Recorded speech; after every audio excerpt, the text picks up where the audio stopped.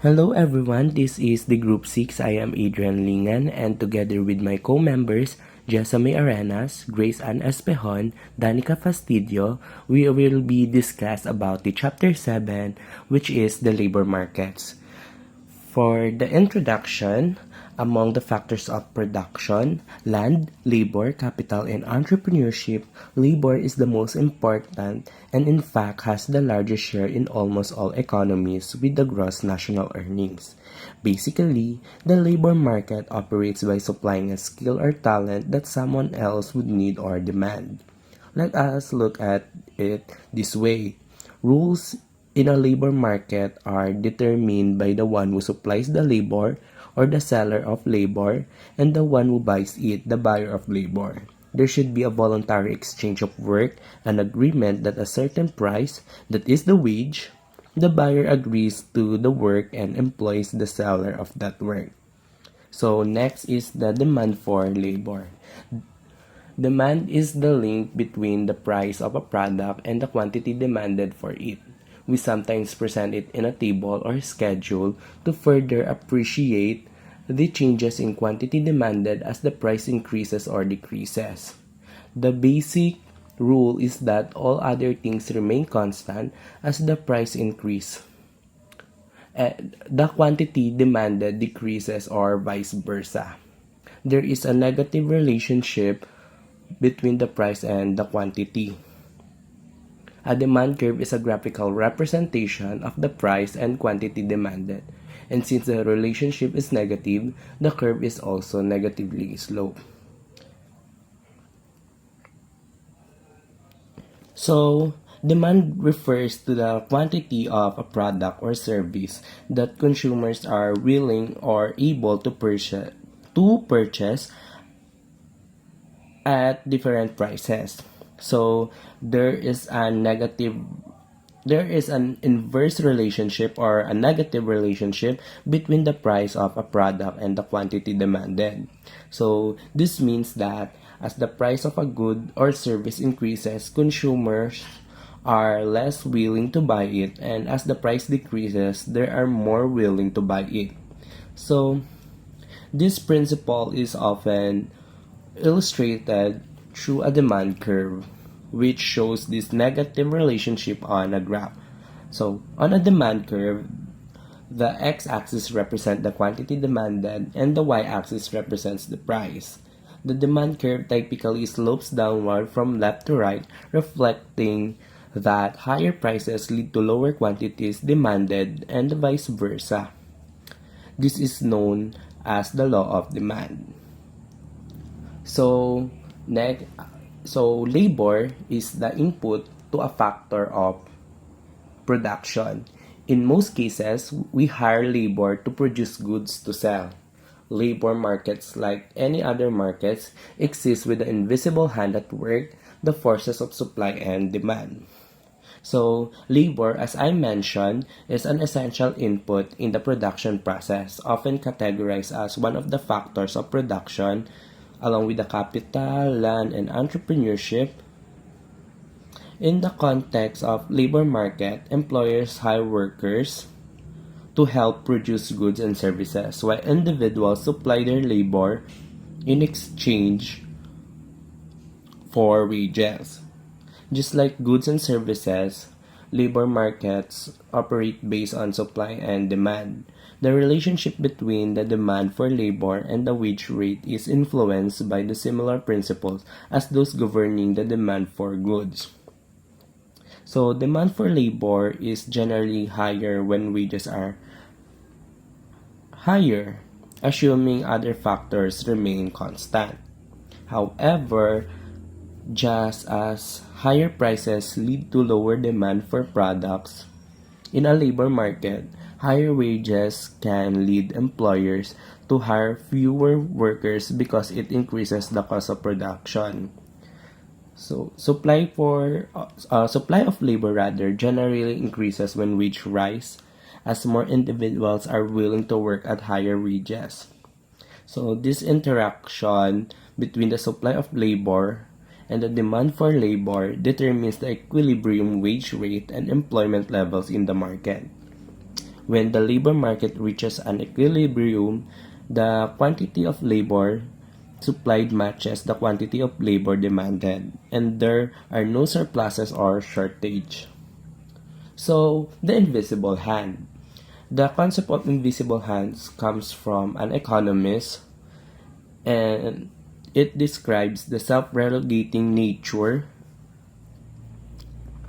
of markets. In both goods and labor markets, supply and demand forces interact to determine prices and quantities. Even without central control or planning, the invisible hand allows resources to be allocated efficiently.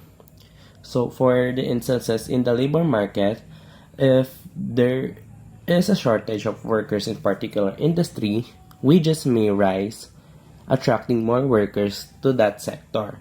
If there is a surplus of workers, wages may fall, which could either drive some workers to other sectors or incentivize employers to hire fewer workers. So this self-regulation through supply and demand ensures that markets reach equilibrium over time even no single person or entity is intentionally controlling the outcome. Next is the supply of labor. Supply is the link between the price of a product and the quantity supplied for it.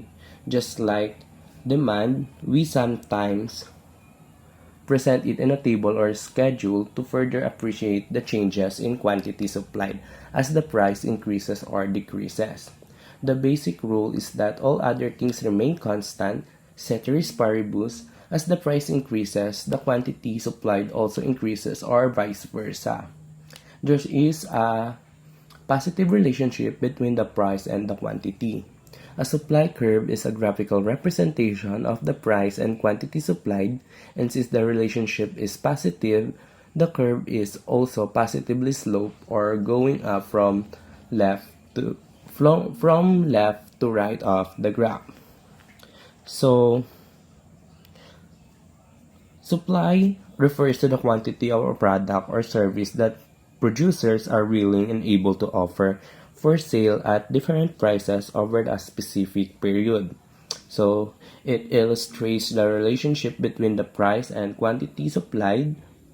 So, according to this relationship governed by the law of supply, which states that as the price of a product increases, the quantity supplied also increases, and the price decreases, the quantity supplied decreases, assuming all other factors remain constant. So, it means that producers are more willing to supply more of a product when they can sell it at a higher price because it becomes more profitable. Conversely, if the price drops, they are less motivated to produce and supply the product. So, for the supply curve is a graphical representation of the supply schedule. It plots the price on the vertical axis, which is the y-axis, and the quantity supplied on the horizontal axis, which is the x-axis. Because of the positive relationship between the price and the quantity supplied, the supply curve is upward sloping, moving from the lower left to the upper right of the graph.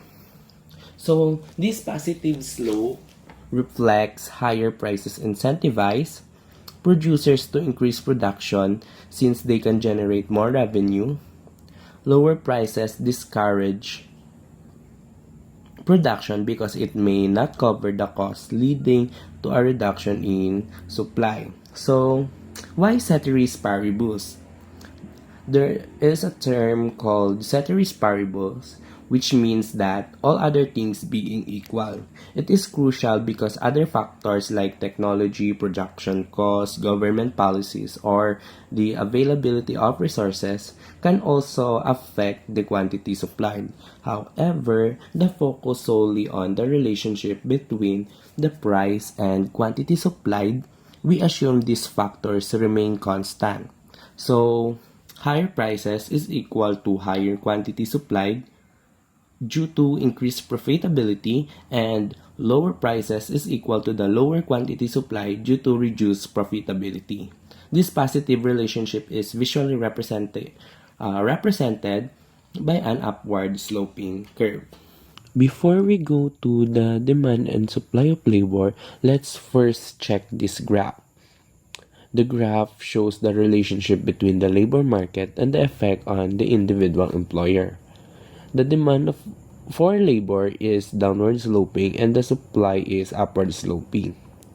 The point where they meet is the equilibrium wage and quantity. The demand represents the revenue attributable to the additional workers as they are hired. The wage rate basically is the profit maximizing level of individual employer, also known as the marginal resource cost. In a competitive labor market, the firm can pay to hire additional workers. So, the demand and supply of labor. There are situations wherein there is a change in demand, even if the price does not change. In effect, it shifts the demand curve to the right. Remember the notion, all other things remain constant or fixed. What if other things change? There are factors that result in a change in demand. As the price of the substitute service increases, demand also increases. For example, uh, if we always go to a famous hairstylist salon situated in a shopping mall, if the price of the same service outside the mall increases, the demand for the salon service in the mall increases as well. Another factor is the price of the complementary service. Let us say that the price of the shampooing in the salon increases and the demand for the salon services decreases. Hence, there is an inverse relationship or there is a negative relationship between the price of the complementary service to the demand. If there is an expectation that the price of the salon services increases in the future, then the demand for it also increases. So we can say that there is a direct relationship between the two. Let's assume this time that income increases, the demand for no brand salon decreases. A service that is considered inferior to the hairstylist salon. Thank you. I am Jesime Arenas and I will be discussing the shifting of demand and supply. The demand curve shift when people buy or more less of a product, not because of the price of the product itself, but because of other reasons. And here are some key factors. First is the price substitute. If the price of a substitute goes up, people may buy more of your product. For example, if a tea becomes expensive, people may buy more coffee. Next is the price of complements. If a product that is used together with your products becomes cheaper, demand for your products can increase. For example, if a shampoo becomes cheaper, more people may visit salon. And next is the income of consumers. If people's income increases, they may buy more normal goods like branded clothes. But if the income decreases, people may switch to inferior goods like generic items. Next is the future expectation.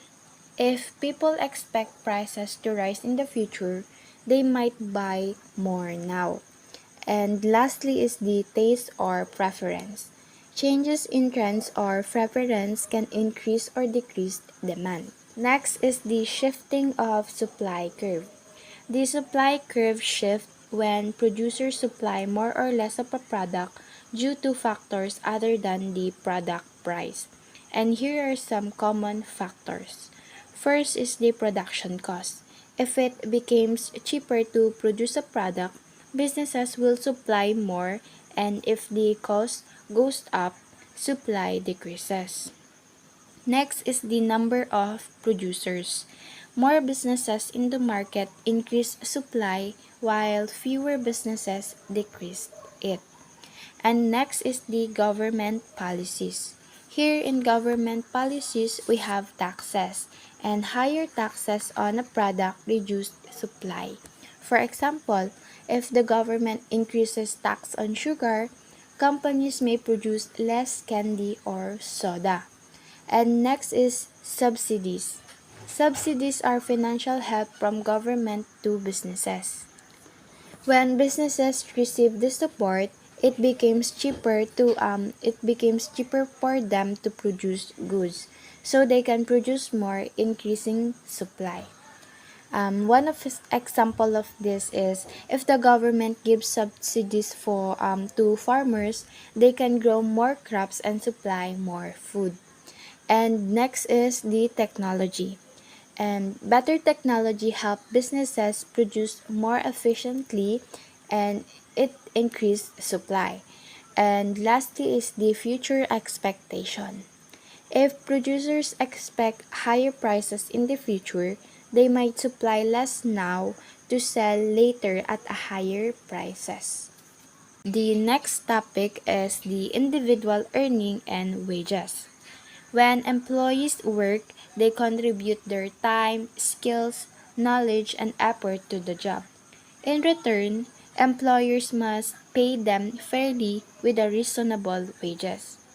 This wage should be enough to cover what the employee gives up, such as their free time or the chance to earn money from another job. This is called opportunity cost. Wages can also depend on demand in the market. If a certain product or services is highly demanded, more of it will be produced. This increases the needs for workers, raising wages.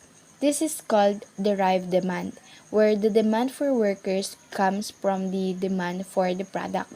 For example, there is a high demand for engineers and doctors, but not many are available. This makes their wages high. On the other hand, social workers have an important role, but because there are many of them available, their wages tend to be low. And some companies choose to pay higher than normal wages to motivate employees to stay and work harder. This is called efficiency wages. And labor unions also affect wages. They represent employees to negotiate better pay and working conditions through agreements like collective bargaining agreement or CBA. This is a common in government jobs, though it's became less frequent. A collective bargaining agreement or CBA is a written agreement between the employee and their employer. The purpose of CBA is to establish the terms and conditions of the employment, such as wages and salaries, benefits like healthcare insurance or retirement plans, working hours, job security, and safety and working conditions. It is called collective bargaining because employees negotiate as a group rather than individually to ensure that they get fair treatment and consistent benefits. And that's conclude my report. Thank you. So, good day everyone. I am Danica Fastidio, and to continue, let's have the minimum wage. So, a minimum wage is the price floor that ensures employees receive this amount or more, and employers are prevented from paying below this amount. But some economists argue that minimum wage does not effectively reduce poverty, and in fact, it worsens the problem of unemployment. It is because when minimum wage is raised, some employers may find it too expensive to hire as many workers.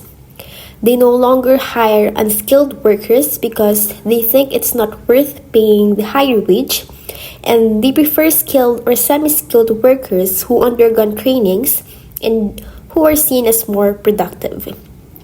And as a result, with higher minimum wage, employers may demand more experience or skills from job applicants. And this can make it harder for people who are struggling to find jobs, keeping them stuck in poverty. And also, businesses may increase price to cover the cost of higher wages, making goods and services more expensive. Next, we have figure 7.6, labor market to individual employer with minimum wage.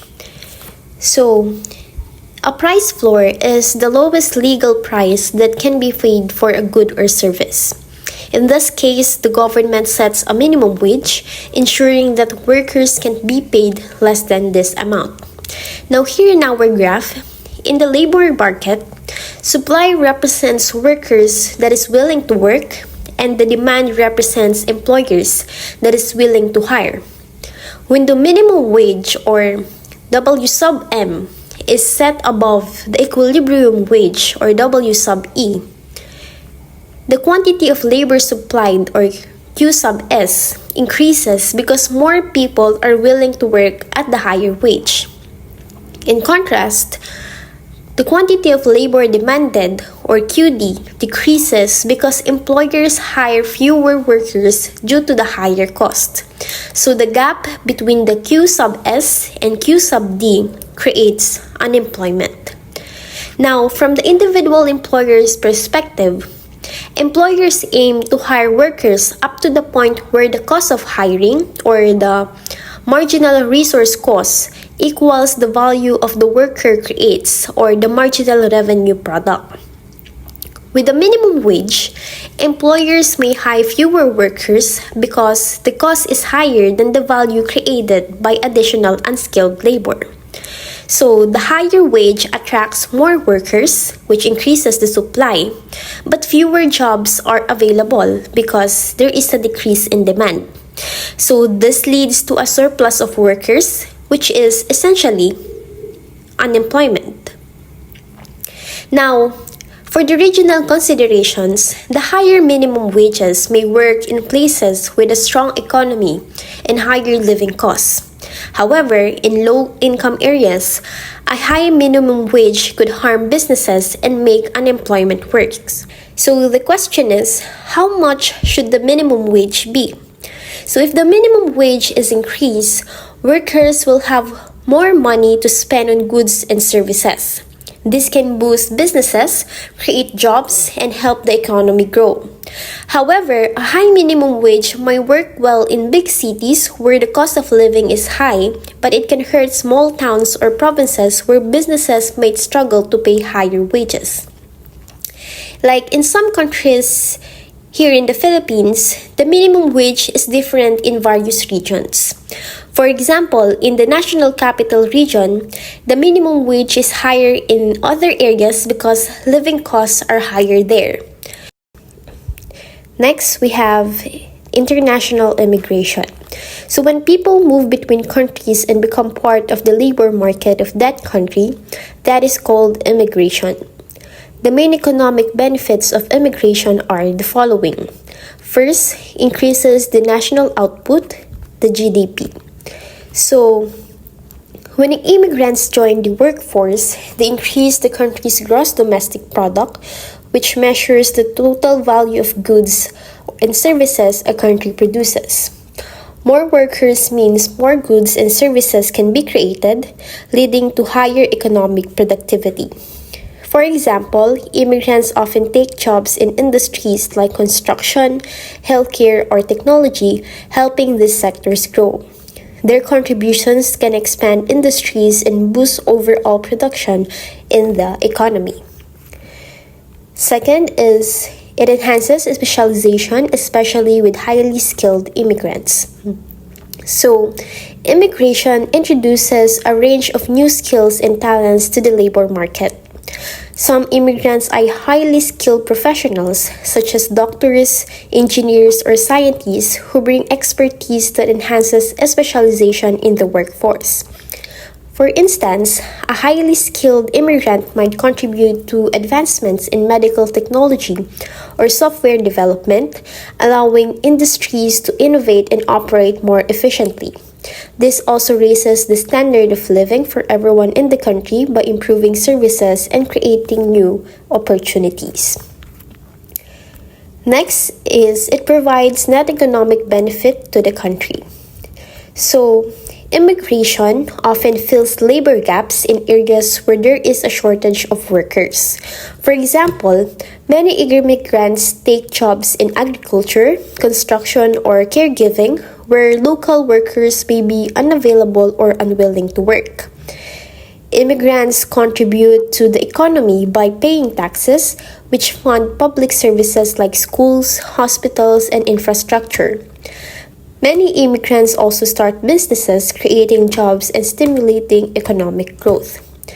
The overall result is a net economic benefit, meaning the total economic gains from immigration through taxes, productivity, and innovation are greater than any costs associated with integrating immigrants. Now, there are two main arguments in the economic impact of immigration: that it increases demand because of the population increase, but low-skilled workers tend to add to the poor and worsen inequality in the market. Highly skilled immigrants contribute to a large employment surplus as they innovate and become entrepreneurs, adding to the factors of production in the country. So, immigration increases demand due to population growth. When people immigrate to a new country, the population grows, and a larger population means more people are buying goods and using services, which increases demand in the economy. For example, immigrants need housing, food, transportation, healthcare, and education. This demand boosts economic activity because businesses need to produce more and hire more workers to meet these needs. Increased demand can stimulate growth in industries such as real estate, retail, and manufacturing, which benefits the overall economy. Now, there is a challenge with low-skilled immigrants. While low-skilled immigrants often fill essential jobs in industries like agriculture, construction, or cleaning, they face challenges such as low wages or limited job opportunities. This can lead to a larger proportion of low-income workers in the economy, which may contribute to poverty and worsen income inequality, which is the gap between the rich and poor. Additionally, low-skilled immigrants may compete with low-skilled native workers for jobs, potentially driving down wages in these sectors. Good afternoon, everyone. I am Grayson Espeon, and I will be discussing the Human Development Index and wage discrimination in the labor market. So first, wage discrimination in the labor market. So wage discrimination refers to the unequal treatment of workers based on factors such as genders, age, ethnicity, nationality, or disability, even when they perform the same job. This discrimination is often visible when two workers in similar positions and with the same job requirements receive different wages. Next, in evaluating wage discrimination in the labor market, we must clearly identify first who among the workers are favored and who are discriminated.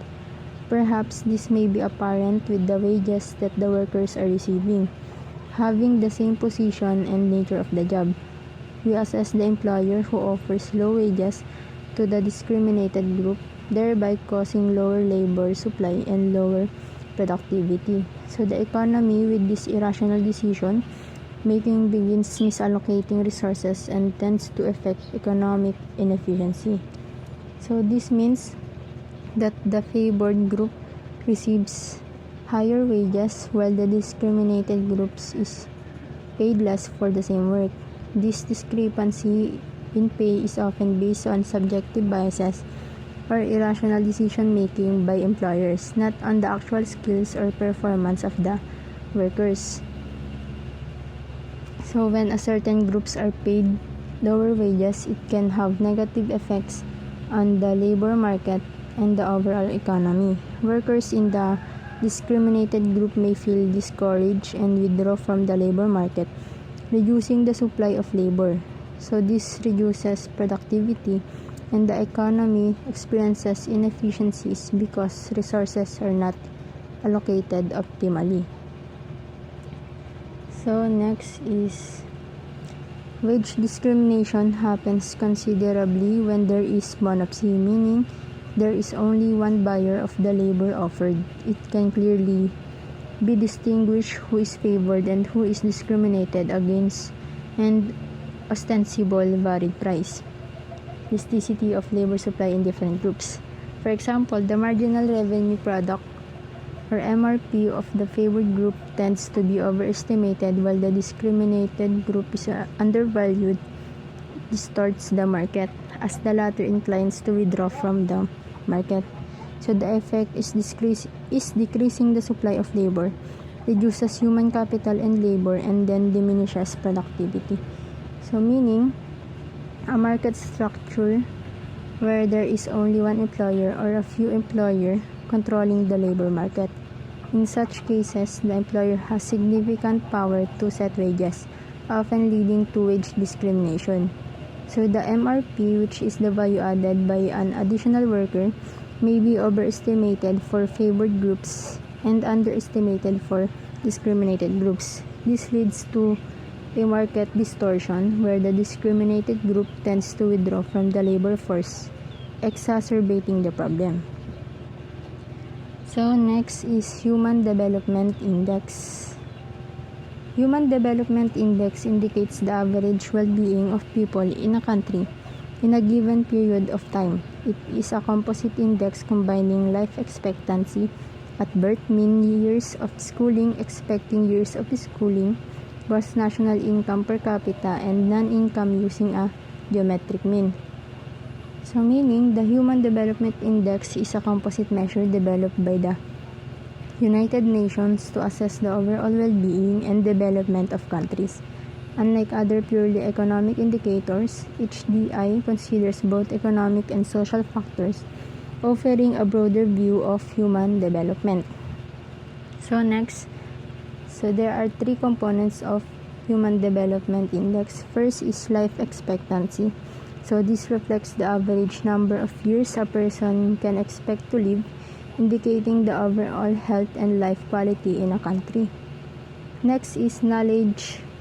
This is measured by the mean years of schooling, which is the average number of years of education for adults, and expected years of schooling, which is the number of years of schooling a child entering the education system can expect to receive. Next is standard of living.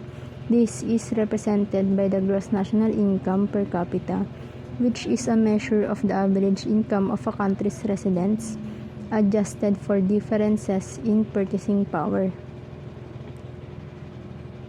So we have here the categories based on HDI. So countries are classified into 4 groups based on their HDI scores. First is very high. HDI is greater than or equal 0.800. So this means that countries with a very high level of human development characterized by high life expectancy, education, and income. So next is high, which is 700 to 0.799. So countries with a high level of development but not as advanced as those in the very high category. So next is medium, HDI 0.550 to 6.699, countries in the middle range of human development where improvements are needed in education, health, and income. Last is low, which is the HDI is less than 549. So countries with significant challenges in development, often characterized by low life expectancy, limited access to education, and low income levels. So that concludes our report.